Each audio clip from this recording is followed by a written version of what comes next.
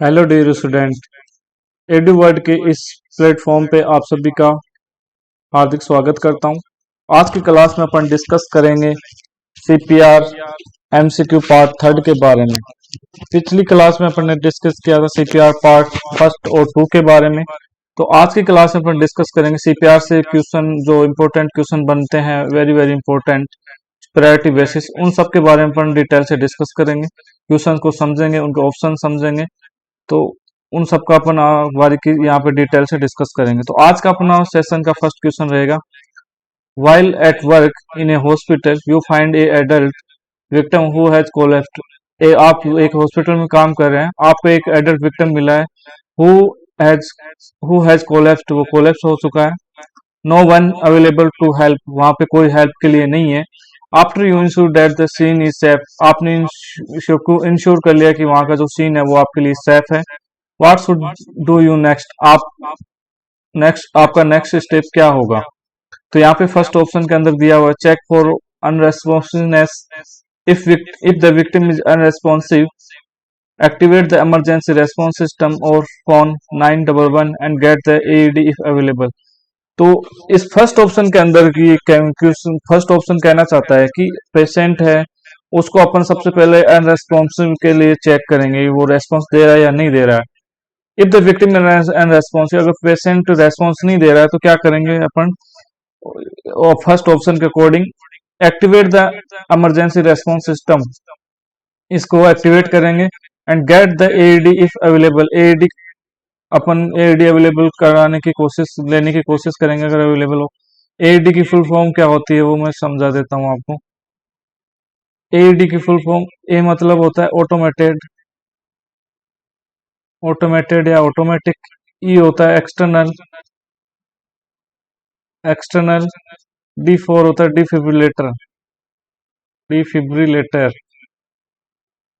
AED की full form मैंने बता दी। बी ऑप्शन के अंदर यहाँ पे क्या है कि कॉल करेंगे 911 को और activate the emergency response system को एक्टिवेट करेंगे, then wait outside to direct the emergency responder. अपन इमरजेंसी रेस्पॉन्डर का वेट करेंगे। ऑप्शन सी के अंदर दिया, open the airway with a tongue jaw lift and perform two finger sweep to check if the food is blocking the airway. Open airway को open करेंगे और two finger से sweep करके check करेंगे कि फूड की वजह से एयरवे ब्लॉक नहीं हुआ है। ऑप्शन डी के अंदर यहाँ दिया, perform CPR for 1 minute then phone 911 या फिर 108। ठीक है, तो ये इस चार ऑप्शन के अंदर यहाँ पे डियर स्टूडेंट, यहाँ पे आपको सबसे पहले क्वेश्चन समझना पड़ेगा कि क्वेश्चन क्या कहना चाहते हैं, फिर उसके ऑप्शन, जो फोर ऑप्शन है उनको one by one upon four option को अच्छे से पढ़ेंगे, फिर अपन डिसाइड करेंगे कि राइट आंसर अपना कौन सा होगा क्वेश्चन की प्रायोरिटी के अकॉर्डिंग। तो यहाँ पे जो ये तीनों आंसर यहाँ पे नहीं बनेंगे, यहाँ पे राइट आंसर होगा A, check for unresponsiveness. If the victim is unresponsive, activate the emergency response system और कॉल 108 या और get the AED if available. AED की मैंने फुल फॉर्म बता दी। एईडी अगर अवेलेबल हो जाता है तो कंप्रेशन देने में आसानी रहेगी, सर्वाइवल के चांस हैं वो बढ़ जाएंगे। तो यहाँ पे देखो डी ऑप्शन के, perform CPR for 1 minute then phone 911। तो ये गाइडलाइन किसके लिए? फॉर एडल्ट के लिए ये गाइडलाइन फॉलो होगी। ठीक है, एडल्ट के लिए गाइडलाइन फॉलो होती है। चिल्ड्रन और इन्फेंट में क्या होता है? परफॉर्म सीपीआर यहाँ पे 2 मिनट के लिए करते हैं, CPR 2 minute, then call, then call 108, ambulance को कॉल करेंगे। पहले सीपीआर का एक राउंड देंगे अपन 2 मिनट के लिए, 5 सर्किल सीपीआर या फिर 2 मिनट के लिए सीपीआर देंगे। तो उसके बाद अपन इन्फेंट के केस के अंदर अपन वो एक एम्बुलेंस को कॉल करेंगे। तो ये चाइल्ड, एडल्ट और चिल्ड्रन और इन्फेंट के अंदर मैंने डिफरेंस बता दिया कि प्रोसीजर जो फर्स्ट जो प्रायोरिटी वो क्या रहेगी। सेकंड क्वेश्चन देखते हैं आज का। You work with an overweight 55 year old dentist with no non history of heart disease. आप एक हॉस्पिटल के अंदर एक डेंटिस्ट के साथ काम करते हैं जिन जो कि ओवरवेट है और 55 ईयर ओल्ड एज है। आपको उनकी हार्ट डिजीज की हिस्ट्री के बारे में नहीं पता है। He begin to complain of sudden severe crushing pain under his breast bone. वो डॉक्टर जो डेंटिस्ट है वो क्या कंप्लेन करता है, sudden severe pain, crushing pain under the his breast bone in the centre of the chest. मतलब breast bone किसको बोलते हैं, तो ब्रेस्ट बोन यहाँ होती है स्टर्नम बोन, स्टर्नम बोन। और जो पेन है वो किस टाइप का, क्रूशिंग टाइप का है। और कहाँ पे हो रहा है, centre of his chest, centre of his chest. The pain has lasted more than 5 minute, pain का जो ड्यूरेशन है वो 5 मिनट से ज्यादा है। What problem should you think of right away and what should you do, आप क्या सोचेंगे कि कौन सी प्रॉब्लम हो सकती है और आप क्या करेंगे। तो यहाँ पे फर्स्ट ऑप्शन ए के अंदर दिया हुआ है, heart burn, tell him to take an antacid. अपन उसको बोल देंगे कि हार्ट बर्न हो रखा है तो आप एंटासिड खा लो। नहीं, ये राइट आंसर नहीं होगा। Angina, phone his personal physician, अपन सोचेंगे कि एंजाइना है, पेशेंट को पेशेंट के जो पर्सनल फिजिशियन है उसको कॉल करेंगे, तो ये भी राइट आंसर नहीं है। यहाँ पे देखते हैं हार्ट अटैक, फोन 108, ये देखते हैं बाद में। Option D, arrhythmia, drive him to an emergency department, arrhythmia है और उसको इमरजेंसी डिपार्टमेंट के अंदर रेफर कर देना चाहिए, तो ये भी गलत है। यहाँ पे राइट आंसर रहेगा सी, हार्ट अटैक ऑन 108। तो ये जो सिम्टम्स है, सडन सीवियर क्रूशिंग पेन, ये किसके हैं, हार्ट अटैक, हार्ट अटैक।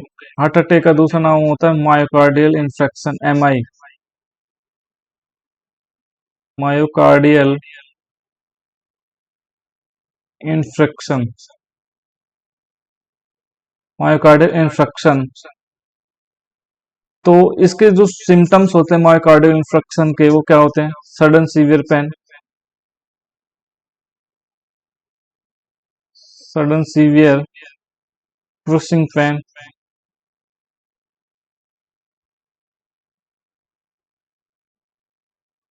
और क्या अंडर द, ये इनका ये स्वेटिंग हो जाएगी, स्वेटिंग ज्यादा होगी, पाल्पिटेशन होगा। तो ये सारे जो हैं ये बिना मेडिसिन के ये रिलीफ नहीं हो पाते हैं, तो इसके अंदर अपन देते हैं नाइट्रोग्लिसरीन देंगे पेशेंट को, जो कि नाइट्रोग्लिसरीन एंटीजी, नाइट्रोग्लिसरीन का रूट देने का होता है सबलिंगुअल, सबलिंगुअल रूट होता है under the tongue, under on the tongue. तो स्टूडेंट ये सब बातें आपको याद रखनी है। नेक्स्ट क्वेश्चन के अंदर चलते हैं अपन। थर्ड क्वेश्चन आज का रहेगा, you witness the collapse of 45-year-old man, you are now performing CPR, you are now performing CPR after standing someone to phone 991. You have done your best to ensure that the first two links in the chain of survival have been completed immediately. What is the third link in the chain which will have the greatest effect on increasing the man chance of survival? एक witness है जो collapse का है, वो आपने perform CPR, आपने किसी को कॉल करने के लिए, एम्बुलेंस को कॉल करने के लिए भेज के आपने सीपीआर स्टार्ट कर दिया। आपने जो सर्वाइवल के लिए, जो पेशेंट के सर्वाइवल के लिए जो स्टेप लेने थे, आपने 2 स्टेप इमीडिएट ले लिए। अब तीसरा स्टॉप, जो तीसरा स्टेप है कौन सा होगा जिससे कि पेशेंट के सर्वाइवल के चांस ज्यादा से ज्यादा होंगे। तो इसके अंदर देखना है, इस ए ऑप्शन के अंदर दिया है arrival of paramedics who will administer drug, कि कोई पैरामेडिकल स्टाफ आएगा और इंजेक्शन जो ड्रग एडमिनिस्टर करेगा, तो इससे चांस बढ़ेंगे, नहीं। ऑप्शन बी के अंदर देख रहे हैं transportation of the man to a hospital, patient को हॉस्पिटल ले जाना सही रहेगा। इसको बाद इसको भी देखेंगे। Arrival of a rescue with defibrillator, ये भी देखते हैं। डी ऑप्शन के अंदर दिया arrival of EMS, emergency medical response personnel who can do CPR, कोई पेशेंट आए, कोई इमरजेंसी स्टाफ आएगा पर्सनल, और जो सीपीआर पेशेंट को देगा। तो यहाँ पे जब तक कब आएगा कब जाएगा तब तक पेशेंट के सर्वाइवल चांस है वो कम हो जाएंगे। तो यहाँ पे राइट आंसर, वो सबसे राइट आंसर वो क्या रहेगा, यहाँ पे सी रहेगा। कि जो डिफिब्रिलेटर होता है, एईडी होता है, external automated automated external defibrillator, इससे क्या है कि कंप्रेशन अच्छे जाएंगे, कंप्रेशन का रेशियो है वो ठीक जाएगा, तो उस वजह से जो कंप्रेशन का रेशियो जाएगा, तो उस वजह से जो पेशेंट है उसके सर्वाइवल के चांस ज्यादा बढ़ जाएंगे। नेक्स्ट क्वेश्चन देखते हैं, question number 4। You have been taking you have been talking with 60-year-old man, he is alert and has been conversing normally, आपसे अच्छे से बात कर रहा है। All at once he complain of a sudden weakness on one side of his face and in one arm.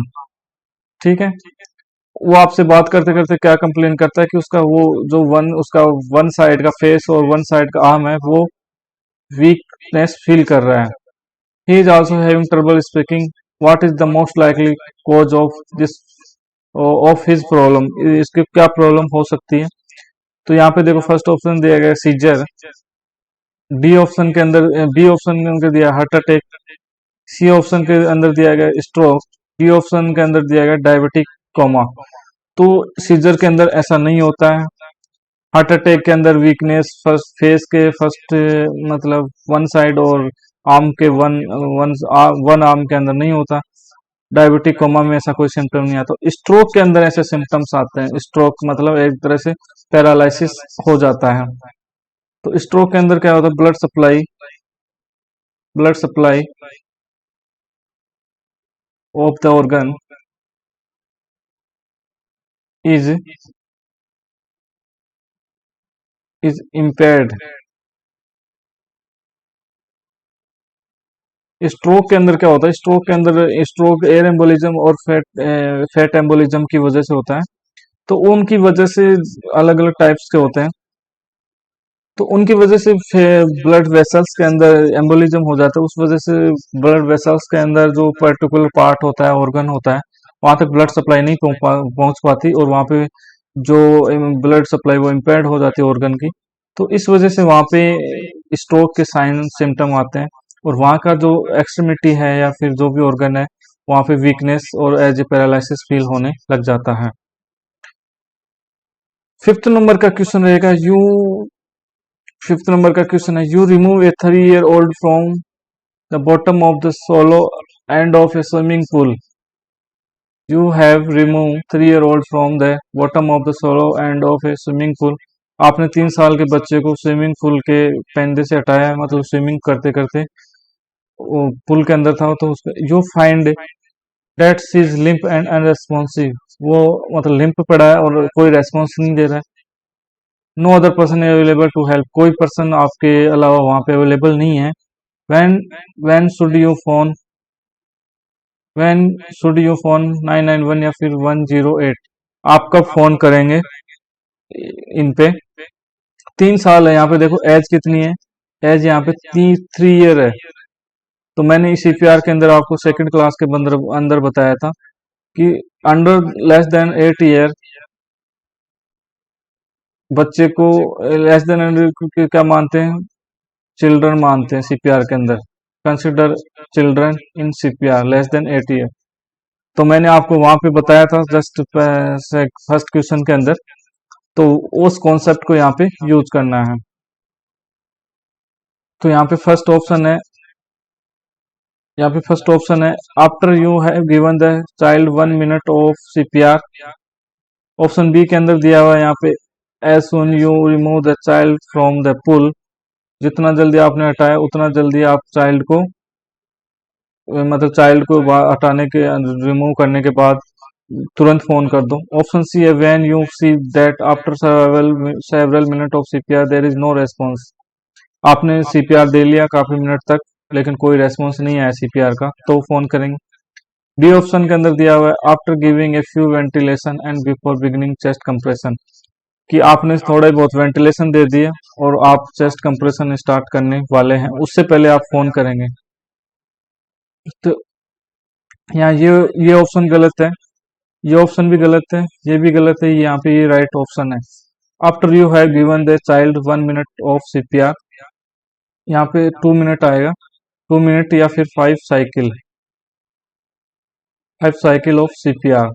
तो dear student, ये चीजें आपको याद रखनी है, आपके बहुत काम आएगी। मैंने बताया था आपको लास्ट क्लास के अंदर कि सीपीआर के अंदर चिल्ड्रन कितनी एज तक कंसिडर किया जाता है, लेस देन 8 ईयर तक का बच्चा चिल्ड्रन के अंदर कंसिडर किया जाता है, ग्रेटर देन 8 ईयर का बच्चा एडल्ट के अंदर कंसिडर किया जाता है in the CPR. Question number 6 के अंदर अपन देखते हैं कि क्वेश्चन नंबर 6 के अंदर अपन देखेंगे you are a medical advisor helping set up a public access defibrillator pad program as a local shopping mall. आप एक मेडिकल एडवाइजर हैं और आपने डिफिब्रिलेटर के लोकल शॉपिंग मॉल है आपका। The mall has purchase an AED, वो क्या ऑटोमेटेड एक्शनल डिफिब्रिलेटर बेच रहे हैं। The mall personnel director ask if AED are so foolproof, why do the security guard have to learn CPR and be trained to use the AED? Which of the following is the best explanation for the need to train rescue to perform CPR and use an AED? मतलब इस question के अंदर ये कहना चाहता है कि जो आपका जो पैड है, एईडी के जो पैड है सीपीआर के अंदर अपन यूज कर सकते हैं, तो उनसे रिलेटेड आपको क्या चीज पता होनी चाहिए। तो फर्स्ट ऑप्शन यहाँ पे दिया गया है rescue do not need to learn CPR if they can use an AED. Rescue को सीपीआर सीखने की कोई जरूरत नहीं है अगर वो एईडी का यूज करते हैं तो। ऑप्शन बी यहाँ पे दिया rescue need to be able to verify the rhythm analyse by the AED. जो रेस्क्यू है वो verify rhythm analyse by AED करने के लिए एईडी करना चाहिए, उनको रिथम एनालाइज करना चाहिए by AED. Option C, rescue need to know when and how to use the AED safety and to perform the step of CPR for unresponsive victims who are not in cardiac arrest. Option D, a rescue will need to learn to maintain the AED and repeat it if something go wrong. आपको CPR को जो rescuer है उनको CPR को maintain करने का उनको पता होना चाहिए, और जब वो गलत कर रहे हो तो उनको पता होना चाहिए कि अपन गलत कर रहे हैं। तो यहाँ पे ये आंसर नहीं बनेगा डियर फ्रेंड, ये भी नहीं बनेगा, ये भी नहीं बनेगा, यहाँ पे राइट आंसर बनेगा ए। मतलब इसमें आता है कि एईडी सीपीआर के अंदर कैसे यूज करना होता है। तो rescue need to know when and how the use the AED safety and to perform the step of CPR for unresponsive victim who are not in cardiac arrest। Cardiac arrest नहीं है लेकिन unresponsive है, तो उसके अंदर AED use करने के step पता होना चाहिए। एईडी यूज करने का मोस्ट कॉमन कॉम्प्लिकेशन क्या होता है, एईडी यूज कॉम्प्लिकेशन, तो वो होता है बर्न इंजरी। ठीक है, तो ये होता है, ये तो इनको पता होना चाहिए कि एईडी यूज करते हैं तो क्या करते हैं। उसके अंदर एईडी से यूज करते हैं तो पेशेंट के और की बेड के किसी भी इक्विपमेंट को टच नहीं करना होता है। कोई भी बेड का कोई भी पार्ट जो अपन हेल्थ वर्कर है उनको टच नहीं करना चाहिए। तो उसके अंदर जब एईडी देते हैं तो उसके अंदर जब शॉक देते हैं तो हम बोलते हैं I clear, you clear, all clear. I clear, you clear, all clear. ये इसलिए बोला जाता है ताकि कोई भी पेशेंट के आसपास है तो वहां से दूर हो जाए और सेफ्टी हो सके। क्वेश्चन नंबर 7 के अंदर क्या है, you are responding to an emergency call for a child who was found unresponsive in her bed with no sign of trauma. आपने एक इमरजेंसी कॉल किया है कि आपको एक बच्चा मिला है, रेस्पॉन्सिव मिला है,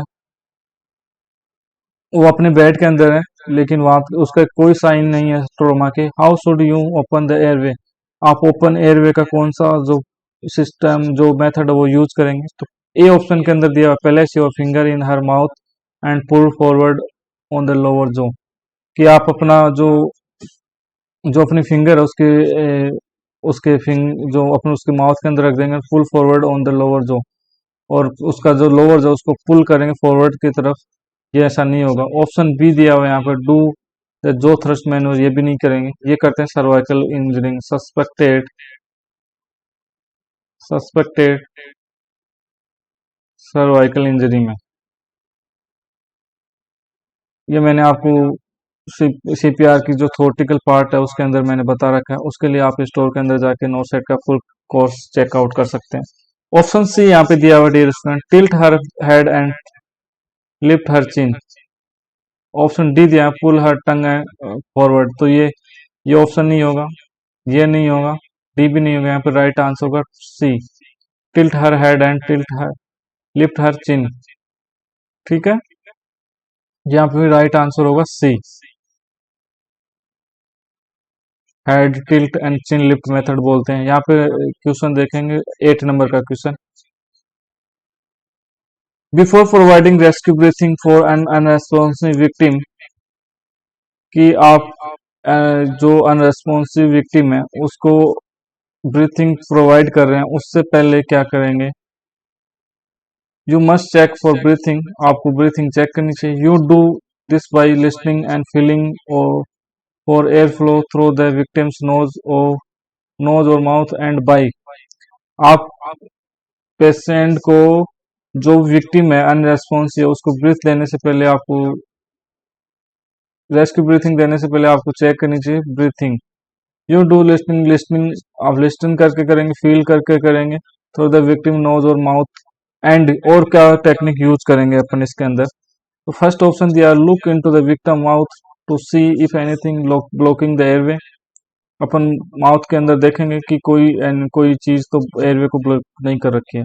ऑप्शन बी के अंदर दिया, सेकिंग और tapping the victim shoulder to stimulate him to breathe, patient को टैप करेंगे कि ताकि वो सांस ले सके, कोशिश करे, स्टिमुलेट करेंगे उसको ब्रीथिंग के लिए। और सी ऑप्शन के अंदर दिया हुआ, चेकिंग द पुपिल्स, उसकी पुपिल है वो चेक करेंगे। ऑप्शन डी दिया है, looking to see if the chest rise and fall as the victims breathe. तो यहाँ पे ये आंसर नहीं होगा, बी नहीं होगा, सी नहीं होगा, राइट आंसर होगा डी। तो यहाँ पे क्या होता है, लिस्टन, फील, ठीक है, लिस्टन फील, ये दो चीजें करनी पड़ती हैं। लुक, ये तीन तीन चीजें, लुक लिस्टन फील, अपन देखेंगे कि उसका चेस्ट है वो राइज अप हो रहा है या नहीं हो रहा, fall rises, chest rises as the victim breathe. अपन विक्टिम, जो विक्टिम है उसको ब्रीथ दे रहे हैं, तो उसका जो चेस्ट है वो राइज अप होना चाहिए। तो यहाँ पे देख, लुकिंग टू सी, तो यहाँ पे तीन क्या हो गई, लुक, लिस्टन एंड फील। ठीक है, तो इन तीन चीजों को आपको याद रखना है, इन तीनों टर्म को याद रखना है कि अनरेस्पॉन्सिव पर्सन, उसको अपन ब्रीथ दे रहे हैं तो देते टाइम लुक करेंगे, लिस्टन करेंगे, फील करेंगे। लुक करेंगे कि वहां पे जो चेस्ट है वो विक्टिम का राइज अप हो रहा है या नहीं हो रहा। क्वेश्चन नंबर 9 रहेगा आज का, health care provider are question to look for adequate breathing when they open the airway and check for breathing in a responsive victim. What is the best explanation for the requirement the healthcare provider look for more than just the presence of absence of breathing? तो इसके अंदर क्या होगा, इसके अंदर देखो कि question क्या कहना चाह रहा है कि health care providers are question to look for adequate breathing, मतलब पर्याप्त उसको सांस जानी चाहिए, पर्याप्त ब्रीथ जानी, when they open the airway, open airway करते हैं, and check for breathing in unresponsive victim, अपन भी ब्रीथिंग के लिए अनरेस्पॉन्सिव पर्सन को चेक कर, अनरेस्पॉन्सिव पर्सन की जो ब्रीथिंग अपन वो चेक कर रहे हैं। What is the best explanation for recruitment that the healthcare provider look for more than just the presence of absence of breathing? Upon breathing की जो प्रेजेंस और absence है वो कैसे चेक करेंगे? तो इसके अंदर ये बहुत ही अच्छा सवाल है। तो इसके अंदर अपन पूरे ऑप्शन देखते हैं। ए ऑप्शन के अंदर दिया हुआ है, health care provider often mistake effective breath for absence of breath and they start rescue breathing unnecessary। Option B के अंदर देखते हैं, most adult victim of cardiac arrest actually stop breathing before the cardiac arrest and the respiratory arrest precipitate the cardiac arrest. Option C के अंदर दिया, many victim of sudden cardiac arrest actually have a frozen body in the airway which will require the you check and confirm that breathing is adequate। मतलब काफी time क्या होता है, victim क्या होता है, सडन कार्डिक अरेस्ट के अंदर चला जाता है, किस वजह से कि उसके एयरवे के अंदर कोई फ्रीजन बोर्ड होते हैं, which will require that you check and confirm that breathing is adequate, उसका चेक करना होता है कि जो अपन ब्रीथ ले रहे हैं वो एडिक्वेट है, उसके लिए पर्याप्त है। ऑप्शन डी के अंदर दिया हुआ सम विक्टिम में continue to demonstrate agonal or gasping breath for several minutes after a cardiac arrest, but these breath that are too slow or too slow will not maintain oxygenation. मतलब patient क्या करता है, gasping करता है और gas gasping breath for several minute after a cardiac arrest के बाद। लेकिन ये क्या कहती है, but this breath and breath that are too slow, ये ब्रीथिंग है तो स्लो होती है, तो उसके अंदर ऑक्सीजन पूरा नहीं जा पाता है और वो जो पेशेंट को जितनी बॉडी को ऑक्सीजन चाहिए उतनी मेंटेन नहीं हो पाती है।